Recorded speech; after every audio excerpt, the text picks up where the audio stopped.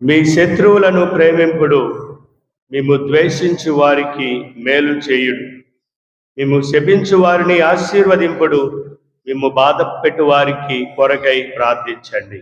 పితా పుత్ర పవిత్రాత్మ నామమున. Praise the lord, praise the lord, praise praise praise the lord. Hallelujah, hallelujah. తండ్రి వందనం, తండ్రి స్తోత్రం, తండ్రి ఆరాధన, తండ్రి మహిమ. Hallelujah, hallelujah. Praise praise praise the lord. యేసయ్యా వందనం, యేసయ్యా స్తోత్రం, యేసయ్యా ఆరాధన, యేసయ్యా మహిమ.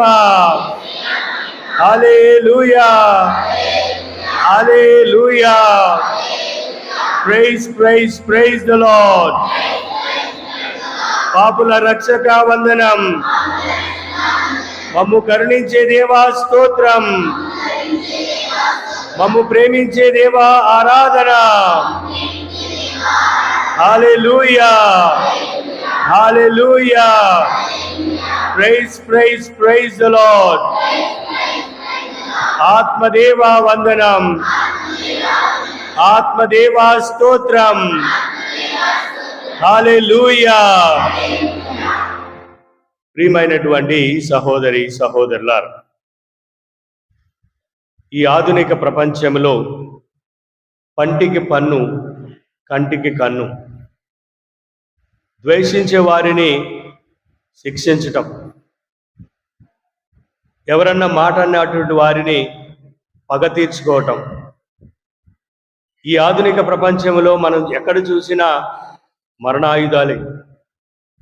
ఒక దేశం మీద ఇంకో దేశం, ఒక ప్రాంతం మీద ఇంకొక ప్రాంతం, ఒక భాష మీద ఇంకొక భాష, ఒక కులం మీద ఇంకొక కులం, ఒక రాష్ట్రం మీద ఇంకొక రాష్ట్రం, ఒక కుటుంబం మీద ఇంకొక కుటుంబం. రక్త సంబంధికులే బద్ధ శత్రువులుగా మారుతున్నటువంటి ఈ తరుణంలో మన ప్రభు ఈరోజు ఇచ్చేటువంటి ఒక సందేశం, ఆ సందేశం ఈ యొక్క ఆధునిక ప్రపంచంలో మరి ముఖ్యంగా ఇప్పుడున్నటువంటి మారుతున్నటువంటి ఈ యొక్క కాలమాన ప్రకారము ఇది చాలా ముఖ్యమైనటువంటిది. శత్రువులను ప్రేమించడం, మన ద్వేషించు వారి కోసం మనము వారిని ఆశీర్వదించాలి. మన గురించి చెడ్డగా మాట్లాడేటువంటి వారు, మనను బాధించేవారు, మన గురించి కీడు తలంచేటువంటి వారి కోసం ప్రార్థించమని ఈరోజు క్రీస్తు ప్రభు సుశేషపట్నంలో మనం వింటూ ఉన్నాం. అయితే క్షమించటం, శత్రువుని క్షమించటం, మన గురించి చెడ్డగా మాట్లాడేటువంటి వారి గురించి, మనల్ని నాశనం చేసేటువంటి వారి గురించి, ఎల్లప్పుడూ మనల్ని నాశనం అవ్వాలి, ఎన్నో బాధలను ఇబ్బందులకు గురి చేసినటువంటి వారిని క్షమించటం ఇది సాధ్యమేనా? ఇది సాధ్యపడుతుందా? అంటే ప్రియమైనటువంటి సహోదరి సహోదరులారా, మానవుడిగా స్వతగా మన స్వంత శక్తితో, మన స్వంత స్వలాభాలతో, మన స్వంత వ్యక్తిగతమైనటువంటి విషయాలతో ఇది మాత్రము సాధ్యము కాదు. మరి ఏ విధంగా సాధ్యమవుతుంది? మన శత్రువుని ఎలా ప్రేమించగలం? మమ్మల్ని హింసించు వారి కోసం మంచిగా మాట్లాడటం ఏ విధంగా సాధ్యమవుతుంది? మన శపించు వారిని ఆశీర్వదించే విధంగా ఏ విధంగా సాధ్యమవుతుందంటే, ప్రియమైనటువంటి సహోదరులారా, ఇది క్రీస్తు ప్రభు మాత్రమే, క్రీస్తు ప్రభు ద్వారా మాత్రమే ఇది సాధ్యమవుతుంది. క్రీస్తు ప్రభులో జీవించే వారికి మాత్రమే ఇది సాధ్యపడుతుంది. క్రీస్తు ప్రభు బాటలో నడిచేటువంటికి మాత్రమే ఇది సాధ్యమవుతుంది. క్రీస్తు ప్రభు ఇచ్చినటువంటి ఆజ్ఞానుసారము శిరసా వహించి జీవించే వారికి మాత్రమే ఇది సాధ్యపడుతుంది. Praise the Lord. రెండు సంఘటనలను నేను ఇప్పుడు మీతో పంచుకుంటాను. దేవునిలో జీవించేటువంటి వారు ఏ విధంగా సాధ్యమవుతుంది, ఈ యొక్క ప్రపంచ వ్యామోహాలకు, ఈ ప్రపంచ యొక్క ఆశలకు లోనైనటువంటి వారికి ఏ విధంగా సాధ్యపడదో అన్నటువంటి విషయాలు, రెండు సంఘటనలు, జరిగినటువంటి సంఘటనలు. మొట్టమొదటిది, దేవునిలో జీవించే వారికి ఇది ఏ విధంగా సాధ్యమవుతుందంటే, అది 1981 సంవత్సరం 1981 సంవత్సరం మే 13వ తారీఖు యథావిధిగా మన పోపు గారు, ఆనాడు పోపు గారు, రెండో జాన్ పాల్ పోపు గారు, ప్రతి బుధవారం ఆయన వచ్చినటువంటి యాత్రికులను సందర్శిస్తూ ఉంటారు వాటికన్లో. మరి అటువంటి ఆ రోజు మే 13వ తారీఖున యథావిధిగా ఆయన యొక్క కాన్వాయిలో ఆయన వచ్చినటువంటి యాత్రికులను సందర్శిస్తూ వెళ్తూ ఉన్నాడు. యాత్రికుల మధ్యలో ఉన్నటువంటి కరులు కట్టినటువంటి వ్యక్తి మహమ్మద్ అలీ అక్కానం అనేటువంటి వ్యక్తి పోపు గారిని తను తెచ్చినటువంటి పిస్తోలుతో ఛాతీలో కాల్చాడు. అక్కడికక్కడే మన జగద్గురువు రెండో జాన్ పాల్ గారు అక్కడికక్కడే కూలిపోయారు. మరి త్వరగా ఆయనను ఆసుపత్రికి తీసుకువెళ్ళటం, ఈ మహమ్మద్ అలీని రోమ్ నగరంలో ఉన్నటువంటి పోలీసులు కస్టడీ తీసుకుని ఆయనను చెరసాలలో బంధించారు. మరి పోపు గారు 2 సంవత్సరాలు రికవర్ అవడానికి పట్టింది. 1883వ తారీఖు డిసెంబర్ 20వ తారీఖున ఆయన స్వయాన ఎప్పుడైతే ఈ యొక్క గాయం నుండి కోలుకున్నాడో, ఆయన చేసినటువంటి మొట్టమొదటిది ఈ మహమ్మద్ అలీని, ప్రెజన్లో ఉన్నటువంటి అలీని ఆయన సందర్శించాడు. చూడండి, ఒక వ్యక్తి తన మీద కాల్పులు కాల్చి తనను హతము చేయాలని, చంపాలని కర్రుగట్టినటువంటి ఆ యొక్క శత్రువుని దేవునిలో జీవిస్తున్నటువంటి, దేవుని యొక్క సేవకుడైనటువంటి మన జగద్గురువు రెండో జాన్ పాల్ పాపు గారు చెరసాలలో ఉన్నటువంటి అలీ ఖాన్ని సందర్శించి ఆయన కోసం ప్రార్థించి, నేను నిన్ను క్షమిస్తూ ఉన్నాను అని పలికినటువంటిది ఎంత ఆశ్చర్యమో. ఇది మానవులుగా ఇది సాధ్యము కానటువంటిది. కానీ ఆనాడు జగద్గురువు రెండో జాన్ పాల్ పాపు గారు చేసినటువంటి ఈ యొక్క ప్రార్థన యావత్ ప్రపంచ దేశాన్నే కలవరపరిచింది, ఆశ్చర్యపరిచింది. ప్రియమైనటువంటి సహోదరులారా, praise the Lord, praise the Lord. మరి ఇది మానవ సహజంగా, మానవ యొక్క స్వభావంతో ఇది సాధ్యమవుతుందా? నిన్ను చంపాలి, నిన్ను నాశనం చేయాలి అన్నటువంటి వారిని క్షమించడం ఇది సాధ్యమవుతుందా? సాధ్యము కాదు. కానీ ఎవరైతే దేవునిలో ఎదుగుతారో, ఒదుగుతారో, జీవిస్తారో, దేవునిలో పయనిస్తారో అటువంటి మాత్రమే శత్రువులను క్షమించటం, ప్రేమించటం సాధ్యమవుతుందని ఈ సంఘటన ద్వారా మనం తెలుసుకోగలుగుతూ ఉన్నాం. అదేవిధంగా ఈ యొక్క ప్రపంచ వ్యామోహాలకు, ప్రపంచ యొక్క ఆశలకు, శక్తులకు లోనైనటువంటి వాటి మానవులు, ప్రియమైనటువంటి సహోదరి సహోదరులారా, ఇది సాధ్యపడదు. ఇది కూడా 1994 సంవత్సరంలో జరిగినటువంటి సంఘటన. మీకు అందరికీ తెలుసు, ఫీఫా అనే వరల్డ్ కప్ ఒక సంస్థ ప్రతి 4 సంవత్సరాలకు 5 సంవత్సరాలకు వరల్డ్ కప్పు ఈ ఫుట్బాల్ పోటీలను నిర్వహిస్తూ ఉంది ఫీఫా. అది 1994 సంవత్సరంలో సెమీఫైనల్ ఆడుతున్నటువంటి యుఎస్ఏ, కొలంబియా దేశాల మధ్య ఈ పోరు, ఈ యొక్క ఆట జరుగుతూ ఉంది. ఈ కొలంబియా ఆటగాడైనటువంటి ఆండ్రెస్ ఎస్కోబార్ అనేటువంటి వ్యక్తి సెల్ఫ్ గోల్ వేసుకున్నాడు. సెల్ఫ్ గోల్ అంటే ప్రత్యర్థులు కాకుండా తనను తాను వాళ్ళ యొక్క ఈ యొక్క గోల్లోనే దురదృష్టవశాత్తు సెల్ఫ్ గోల్ వేశాడు. ఈ సెల్ఫ్ గోల్ వేయటం ద్వారా ఈ కొలంబియా దేశము ఓడిపోయింది. వాళ్ళకి ఫైనల్కి వెళ్ళేటువంటి ఛాన్స్ మాత్రము రాలేదు. మరి ఓడిపోయినటువంటి ఈ కొలంబియా దేశము తిరిగి వారి యొక్క స్వదేశానికి వెళ్ళినప్పుడు ఈ ఆండ్రెస్ ఎస్కోబార్ ఎప్పుడైతే విమాన ఆశ్రయం నుండి బయటకు వచ్చాడో కొంతమంది దుండుగులు ఆయన్ను కాల్చి చంపేశారు. ఎందుకంటే దేశానికి అప్రతిష్ట తీసుకొచ్చాడు కాబట్టి ఆయనని కాల్చి చంపేశారు.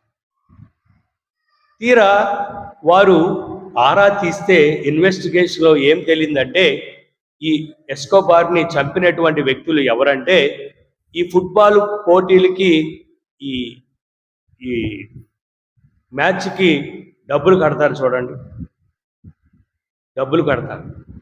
ఏమంటారు దాన్ని? ఏమంటారు? స్పాన్సర్స్ కాదు, బెట్టింగ్ బెట్టింగ్ బెట్టింగ్ బెట్టింగ్ మహారాజు. మన క్రికెట్లో కూడా జరుగుతాయి కదా బెట్టింగ్. మరి అటు బెట్టింగ్ పెట్టినటువంటి కొన్ని కోట్లు కోల్పోయారు. మరి వారు ఈయనని చంపేశారు. చూడండి, వారి దేవుల్లో జీవించేవారేనా? చూడండి, లోకంలో లోక ఆశలతో డబ్బే సర్వస్వం, పేరు ప్రఖ్యాతలే సమస్తం అనేటువంటి వారు ఈ దేవుడిచ్చినటువంటి ఆజ్ఞను పాటించడం చాలా కష్టం.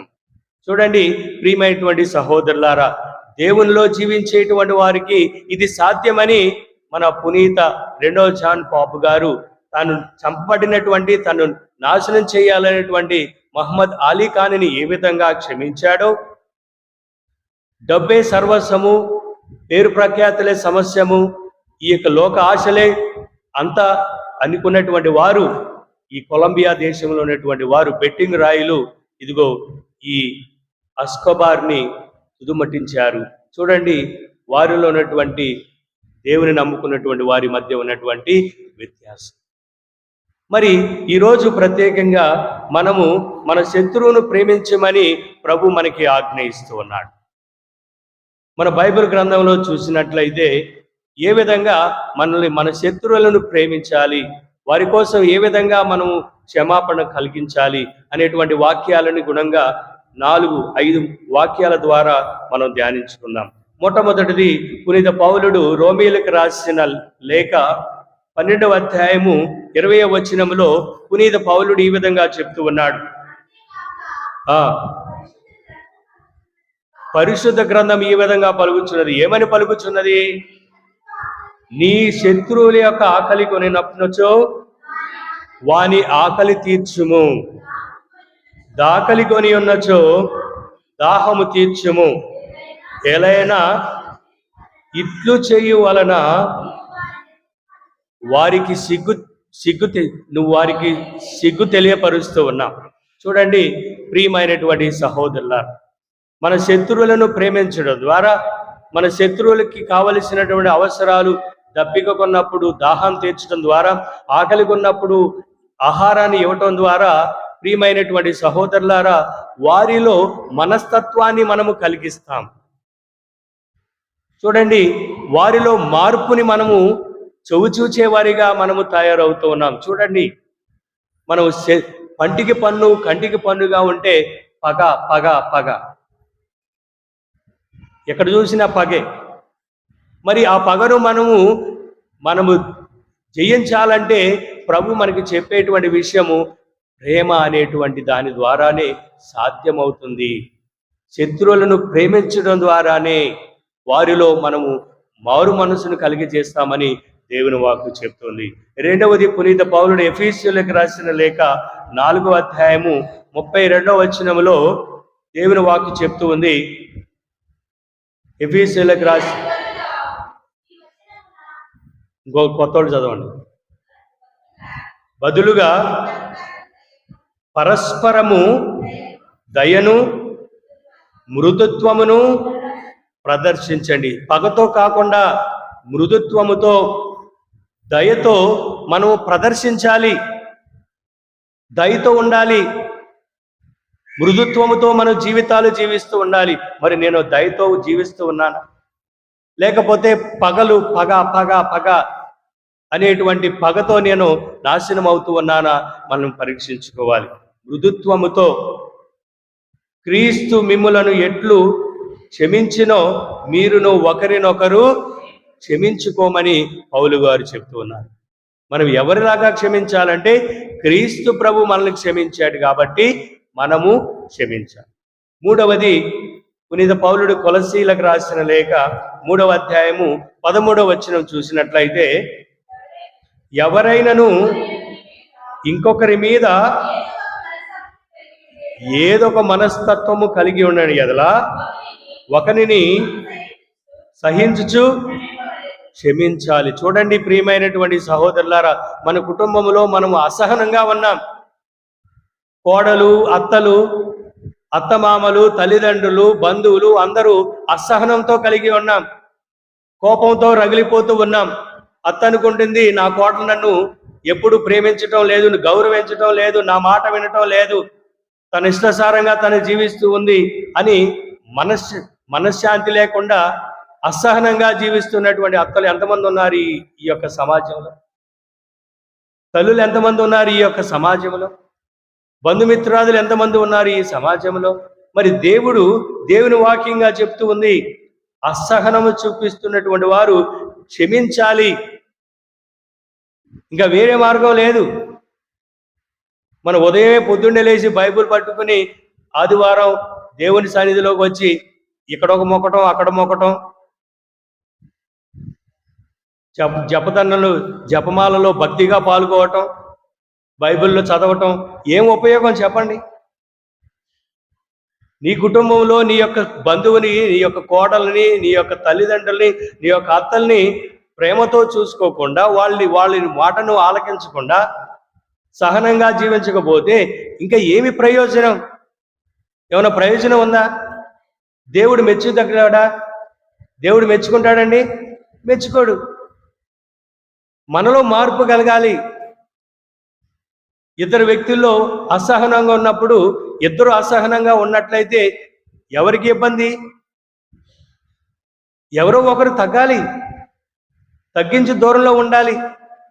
పెద్దగా ఉన్నటువంటి అత్త కానీ తల్లి కానీ వాళ్ళు పెద్దవాళ్ళు, వాళ్ళ మనస్తత్వాలు వేరు, వాళ్ళు పెరుగుదల వేరు, వారు జీవించినటువంటి జీవిత విధానం వేరు. మరి అటువంటి వారు ఏదో ఒక మాట అన్నప్పుడు మనం పడాలి. ఈ రోజుల్లో ఎవరు ఇటువంటి మనస్తత్వాలలో లేరు. నన్ను ఎందుకు మాట్లాడాలి అని మన జీవితం మనమే, మన యొక్క బంధుత్వాన్ని మనము నాశనం చేసుకుంటున్నాం. ప్రియమైనటువంటి సహోదరులారా, అది దేవునికి ఇష్టదగినటువంటి సంబంధం మాత్రము కాదు. మరి ఆలోచించండి, నేను సహనంగా ఉన్నాను, నా ఇరుగు పొరుగు వారిని ప్రేమిస్తూ ఉన్నాను, నేను సఖ్యతగా ఉన్నానా? ఈర్ష్య, ద్వేషము, అసూయ, పగ ఎప్పుడో జరిగినటువంటి 2019 సంవత్సరంలో జరిగినటువంటి సంఘటన ఇప్పుడు కూడా రగిలిపోతుంది. ఎన్ని సంవత్సరాలండి? 2019 సంవత్సరం, ఇప్పుడు 2025 సంవత్సరం. ఎన్ని సంవత్సరాలు అయింది? ఇంకా మనకు పగలు.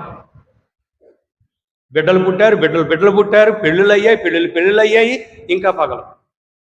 సమాధానం లేదు, కుటుంబంలో సమాధానం లేదు, సఖ్యత లేదు, సంఘంలో, సమాజంలో ఎటువంటి సమాధానం లేదు. మరి ఎందుకని మనం క్రైస్తవులుగా జీవిస్తూ ఉన్నాం? మరి ఈరోజు ప్రభు మనందరినీ ఉద్దేశించి ఈ యొక్క సందేశం ఇస్తూ ఉన్నాడు. 4వది, సామెతల గ్రంథము 25వ అధ్యాయము 21వ వచనములో ప్రభు ఈ విధంగా చెప్తూ ఉన్నాడు, నీ శత్రువులు ఆకలికి ఉన్నచో అన్నం పెట్టుము, దాహము తీర్చుము. దేవుడి నిన్ను బహుకరించాడు, ఎంతగానో దీవించాడు. మరి అటువంటి దీవెన ఇతరులకు దీవెనకరంగా ఉండాలి. నేను జీవించేటువంటి జీవితం నన్ను దేవుడు దీవించాడు, మరి అటువంటి దీవెనలు ఇతరులకి దీవెనగా ఉండాలి. అబ్రహాము చూడండి, అబ్రహాముని ఎంతగానో దేవుడు దీవించాడు. అబ్రహాము అనేకమైనటువంటి జాతులకు దీవెనగా ఏర్పడబడ్డాడు. Praise the lord, praise the lord.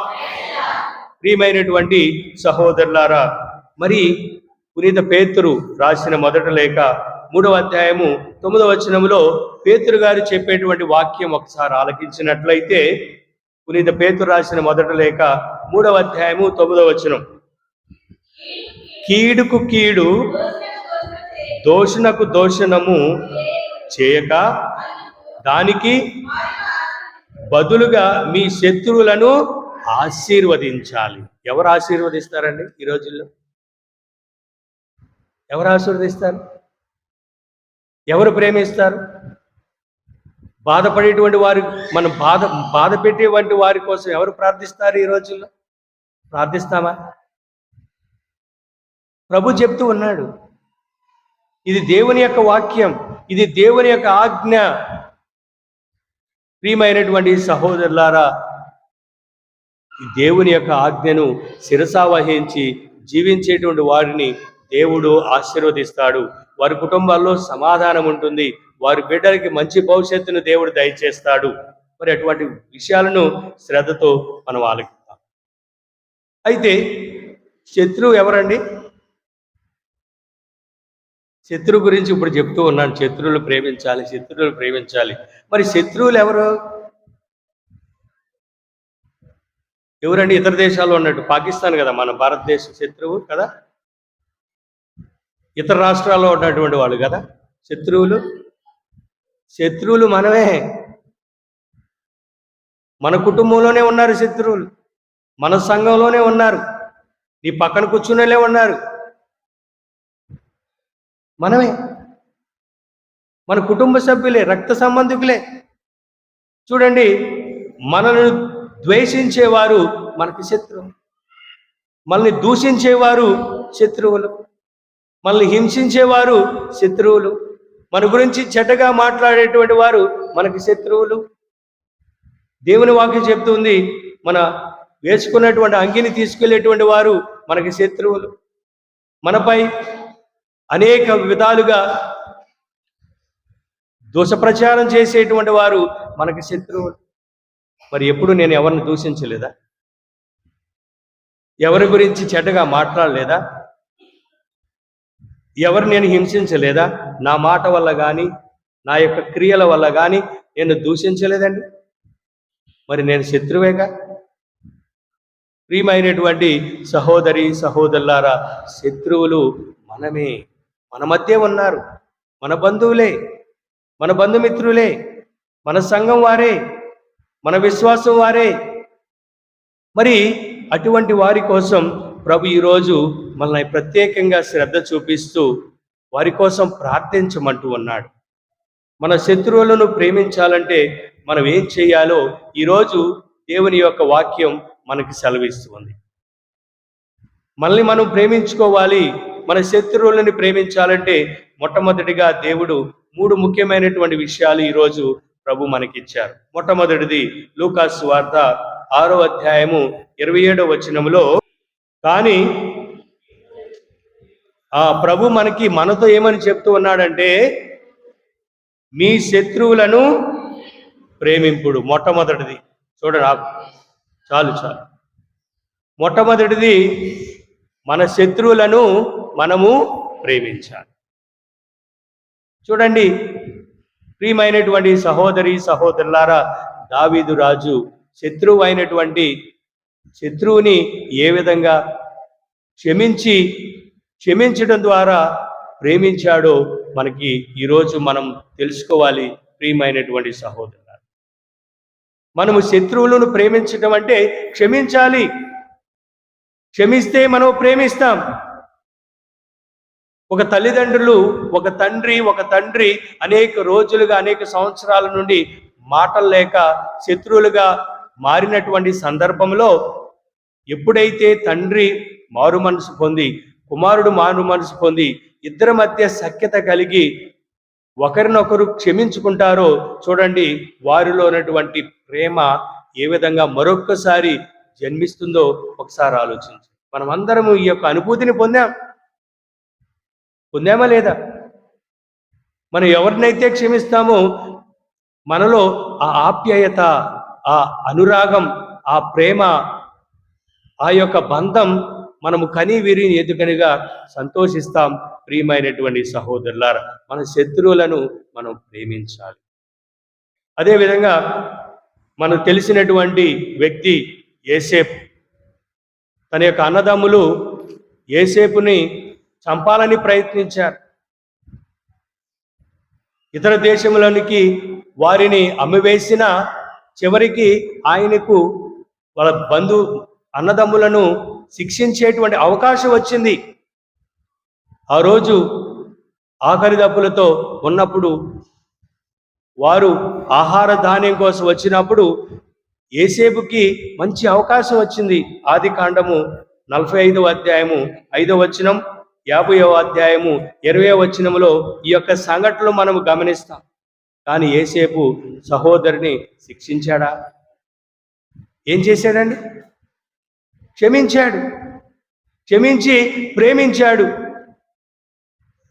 తానెవరో వారికి విదితం చేసుకున్నాడు, బయలుపరుచుకున్నాడు. చూడండి, అన్నదమ్ములు ఎంత సంతోషించారు. మరి అటువంటి సంతోషం, అటువంటి ఆనందం మనలో కూడా కలుగుతుంది. మనము ఎప్పుడు మన శత్రువులను ప్రేమించాలి. అదేవిధంగా ప్రియమైనటువంటి సహోదరులారా, యోసేపు చంపాలనుకున్నటువంటి అన్నదమ్ములు చూడండి, తన సహోదరుడైనటువంటి రూబేను ద్వారా రక్షించబడ్డాడు. మరి మనలో చాలామంది ఇటువంటి బంధుత్వాల్లో శత్రువులుగా మారుతూ ఉన్నాం. మరి అటువంటి వారిలో ప్రేమ కలగాలి. మన బంధువులే, మన రక్త సంబంధికులే. మరి ఏ విధంగా శత్రువులుగా మారుతున్నామో ఒకసారి పరీక్షించుకోండి. అంటే ఈరోజు నా ప్రసంగం విని మీరు మారిపోతారంటే జరుగుతుందా? మనలో శత్రువులు లేరా?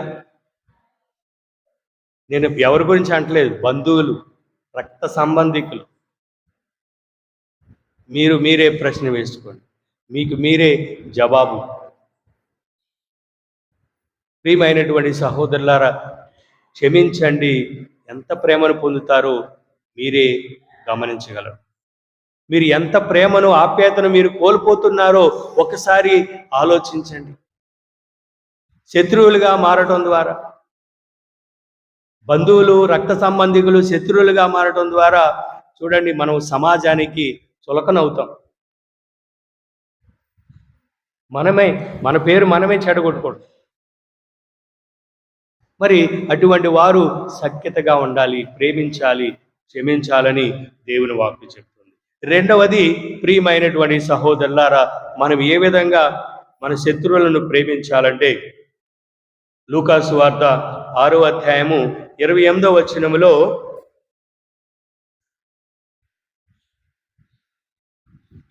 ఇరవై 27వ అధ్యాయంలో 2వ వచనం, మిమ్ము ద్వేషించే వారికి మేలు చేయాలి. మనం ద్వేషించే వారిని మేలు చేయాలి. ఇది సాధ్యమవుతుందా? సహజంగా మనం ద్వేషించే వారిని మనం ఏం చేస్తాం? ద్వేషించే వారిని మనం ద్వేషిస్తాం. నా గురించి ఒక మాట అంటే నేను 10 మాటలు అంటాను. నా గురించి ఎవరికైనా నా విషయం గురించి ఒక మాట చెబితే నేను ఊరంతా సాటేస్తాను. నేను నా గేట్ నుండి నా రూమ్కి వెళ్ళే వరకు మొత్తం సాటైపోను. ద్వేషిస్తాను. ద్వేషం అంటే అది కక్ష సాధింపు. మరి ప్రభు ఏమని చెప్తూ ఉన్నాడు? మనము ద్వేషించే వారి కోసం మేలు చేయాలి. మేలు, ఉపకారం చేయాలి, అపకారం కాదు. వారికి మేలు జరగాలి. ఇది చాలా కష్టం, కానీ దేవుని యొక్క వాక్యం. ప్రియమైనటువంటి సహోదరులారా, మన శత్రువుల గురించి చెడుగా మనం ఆలోచించకూడదు. రెండవది, మనము మన హింసించే వారి కోసం మనము ఆశీర్వదించాలి. ఇది కూడా సాధ్యం కాదు, కానీ సాధ్యపడే విధంగా మనము దేవుని యొక్క వాక్యం ప్రకారం నడుచుకోవాలి. మీకు అందరికీ తెలిసిన విధంగా ఆఫ్రికా దేశానికి ఫ్రీడమ్ తీసుకొచ్చినటువంటి వ్యక్తి నెల్సన్ మండేలా. అందరికీ తెలుసా? మన మహాత్మా గాంధీ ఏ విధంగా అయితే భారతదేశానికి స్వతంత్రాన్ని తీసుకొచ్చారు సత్యాగ్రహం అనేటువంటి సిద్ధాంతం ద్వారా, నెల్సన్ మండేలా కూడా తాను ఎవరి కారణం ద్వారా ఆయన ఈ యొక్క ప్రిజన్కి వెళ్ళాడో, ప్రిజన్ నుండి బయటకు వచ్చిన తర్వాత వారందరినీ క్షమించాడు. వారందరి దగ్గరికి వెళ్ళి క్షమాపణ కోరుకున్నాడు. వారందరి కోసం ప్రార్థించాడు. ఆయన అంటూ ఉన్నాడు, నేను ఎప్పుడైతే వీరిని నన్ను ఈ యొక్క చెరసాలలో బంధించడానికి కారకులైనటువంటి వారిని నేను వారిని క్షమించిన ఎడల నేను ఇప్పుడు పొందినటువంటి స్వతంత్రం నేను అర్హుణ్ణి కాదు అని చెప్పాడు. మనం ఎప్పుడు ప్రియమైనటువంటి సహోదరి సహోదరులారా, మనము ఈ యొక్క సెలలోనే ఉంటాం, ఈ యొక్క చెరసాలలోనే ఉంటాం. మనం ఎప్పుడు బంధింపబడతాం, అందులోనే ఉంటాం మనం. ఎందుకంటే మనం క్షమించం, మనం ఆశీర్వదించం, ఎవరి గురించి మంచిగా మాట్లాడడం. మనం ఎప్పుడు ఈ చెరసాలలో ఉండటానికే ఆశపడతాం. కానీ నెల్సన్ మండేలా ఆయన చెప్పినటువంటి వాక్యం, నేను క్షమించని ఎడల ఇంకా నేను ఆ యొక్క చెరసాలలో ఉన్నట్టుగానే భావమని చెప్పాడు. మరి నేను ఇంకా ఆ చెరసాలలోనే ఉన్నానా, లేకపోతే చెరసాల నుండి బయటకు రావడానికి నేను ప్రయత్నిస్తున్నానా అని ఆలోచించు. చివరిగా ప్రియమైనటువంటి సహోదరులారా, మనము ప్రార్థించాలి. మనల్ని హింసించే వారి కోసం మనము ప్రార్థించాలి. ఇది చాలా ముఖ్యమైనటువంటి. కుటుంబాల్లో మన కలహాలు ఉన్నట్లయితే, ఎవరైనా బాధలు ఎదుర్కొన్నట్లయితే ప్రార్థించు. నీ అత్త కోసం ప్రార్థించు, నీ కోళ్ళ కోసం ప్రార్థించు. ప్రార్థన నేర్పు. ప్రార్థనతో అన్నీ సాధ్యమే. ఇద్దరి మధ్య సఖ్యత లేనప్పుడు ఇద్దరు మాట్లాడుకోండి, మనం ప్రార్థిద్దాం రా. ఎంతమంది ప్రార్థన చేస్తున్నారు ఈ రోజుల్లో? దేవాలయంలో కాదు, ఇంట్లో అత్తా కోడలకు ఇద్దరు కూర్చుని ఎంతమంది ప్రార్థన చేస్తున్నారు? చేతుల పైకి ఎత్తండి. ఒకళ్ళేనా? మరి ప్రతిరోజు గుడికి వచ్చేస్తాం, ఆదివారం వచ్చేస్తాం, ఇక్కడేనా ప్రార్థన చేసేది? ఇక్కడైనా మనం పవిత్రంగా ఉండేది? చూడండి ప్రియమైనటువంటి సహోదరులారా, ఎవరి మధ్య సఖ్యత లేదు, ఎవరి మధ్య అసహనం ఉన్నదో, ఎవరి మధ్య ఈ యొక్క అనుమానాలు ఉన్నాయో ప్రార్థన చేయండి. అడుగు, అత ప్రార్థన చేద్దాంరా. మాట్లాడుకోవడం కాదు, దూషించుకోవడం కాదు, ప్రార్థన మొదలు పెట్టండి. ప్రార్థన ద్వారా మనం అన్నీ సాధించగలుగుతాం. Praise the lord, praise the lord. మరి దేవుని వల్ల ఇది సాధ్యమవుతుంది, ప్రార్థన వల్ల సాధ్యమవుతుంది. కాబట్టి దేవుడు మనల్ని దీవించి ఆశీర్వదించాలని, మనకి మంచి మనస్సు దయచేయాలని, మన కుటుంబాల్లో ఉన్నటువంటి కలహాలను, ఈ యొక్క పగను అనేకమైనటువంటి మన నుండి తొలగించి మంచి సంఘముగా, పవిత్రమైనటువంటి సంఘంగా దీవించమని ప్రార్థన చేద్దాం. పితా పుత్ర పవిత్రాత్మ నామమున ఆమేన్.